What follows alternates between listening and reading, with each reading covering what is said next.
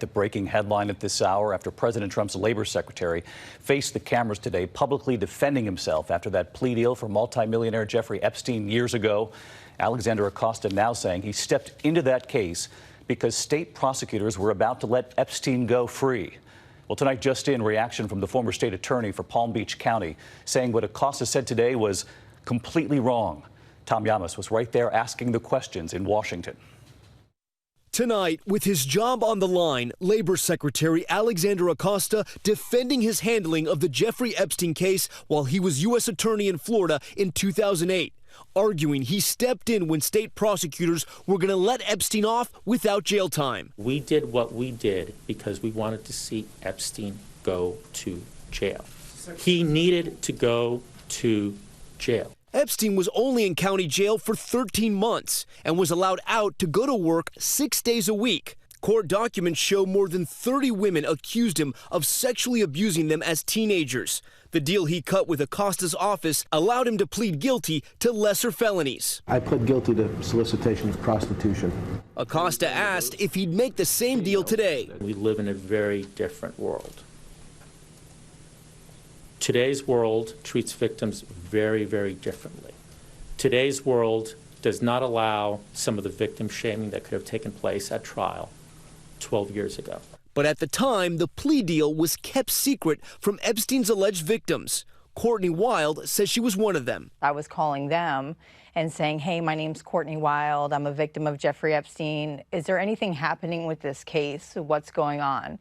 You know, I would get no response. Today, I asked the secretary why so many young women were kept in the dark about the deal. They say they went to you looking for help, and they didn't hear back from you until it was too late. Do you owe them an apology? So, you're raising the issue of victim notification. The career prosecutor in this case had a difficult decision to make, and she didn't make it alone. Acosta refusing to apologize to those alleged young victims kept in the dark, instead offering them this. The message to victims is come forward. Do you really have nothing else to say to these victims beyond you should come forward? Everything that the victims have gone through in these cases is horrific, and their response is entirely justified. At the same time, I think it's important to stand up for the prosecutors of my former office and make clear that what they were trying to do was help these victims.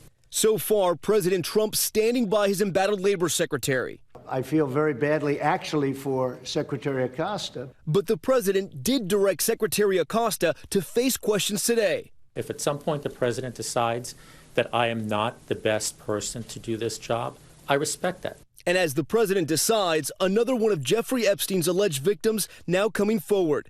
Jennifer Arose telling NBC the multimillionaire raped her in his Manhattan mansion when she was just 15. He raped me, forcefully raped me, but knew exactly what he was doing, and I don't think cared. Her lawyer telling ABC News she now plans to sue Epstein, who tonight remains behind bars. He has pleaded not guilty to the charges he now faces. So let's get to Tom Llamas with us live in Washington tonight. And Tom, we're just getting word, as I mentioned a moment ago, from that former state attorney down in Palm Beach, Florida, who says what Secretary Acosta said today was, quote, completely wrong. David, this is quite the development. It just happened moments ago. You now essentially have the former state attorney and the U.S. attorney who were overseeing the Epstein investigation pointing the finger at each other.